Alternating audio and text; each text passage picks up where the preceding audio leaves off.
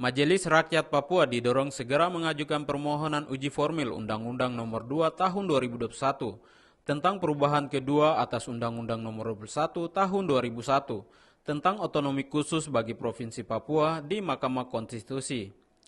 Uji formil itu akan menguji apakah proses penyusunan dan pengesahan Undang-Undang Otonomi Khusus Papua yang baru itu memenuhi prosedur dan dirumuskan dengan partisipasi masyarakat.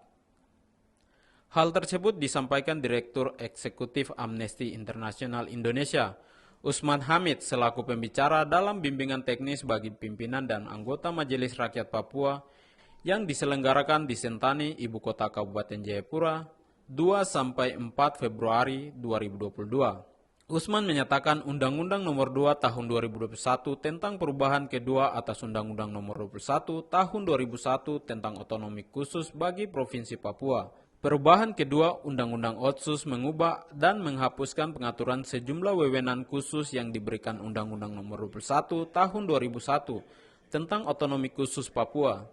Usman Hamid mencontohkan kasus Undang-Undang Nomor 11 Tahun 2020 tentang Cipta Kerja. Undang-Undang Cipta Kerja dinyatakan inkonstitusional oleh MK dan salah satu alasannya karena undang-undang itu dirumuskan tanpa partisipasi masyarakat. Karena undang-undang itu dirumuskan tanpa partisipasi masyarakat, dibahas tanpa partisipasi masyarakat yang bermakna, dan diputuskan atau disahkan tanpa partisipasi masyarakat yang bermakna.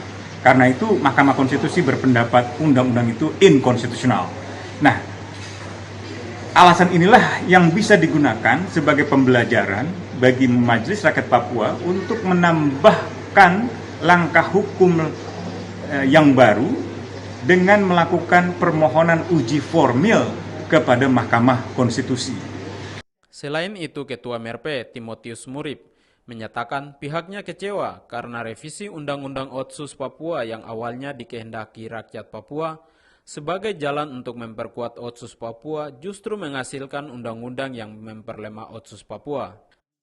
Ya, saya pikir perubahan itu memang dikehendaki oleh rakyat Papua, tetapi kemudian proses perubahan itu tidak sesuai dengan mekanisme yang diatur di dalam Undang-Undang 21 tahun di pasal 77 itu.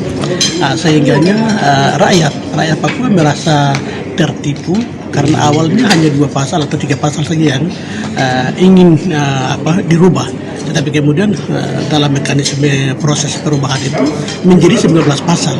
Dan ini adalah salah satu pengabaian terhadap partisipasi masyarakat terhadap perubahan undang-undang ini. Hal itulah yang membuat MRP mengundang para ahli untuk menyampaikan pandangan mereka tentang untung rugi pelaksanaan Undang-Undang Perubahan Kedua Otsus Papua.